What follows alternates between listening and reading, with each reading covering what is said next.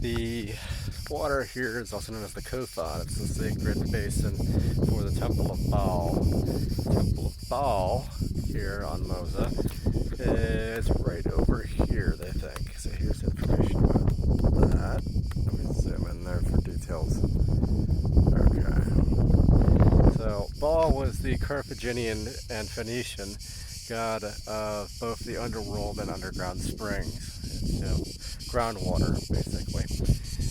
Which makes sense if you're a desert people living in some place like Tunis. Water is precious.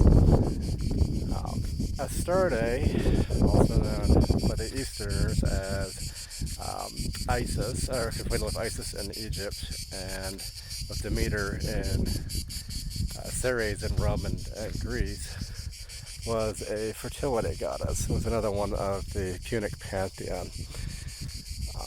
Her temple is right next to Baal's. If I recall correctly, correct me if I'm wrong, people of the internet, the temple of the Astarte was the wife of Baal. Common motif. You have the head of the gods is married to the fertility goddess. You see that with Juno and Jove, Juno and Jupiter. In the Roman pantheon, you see it with let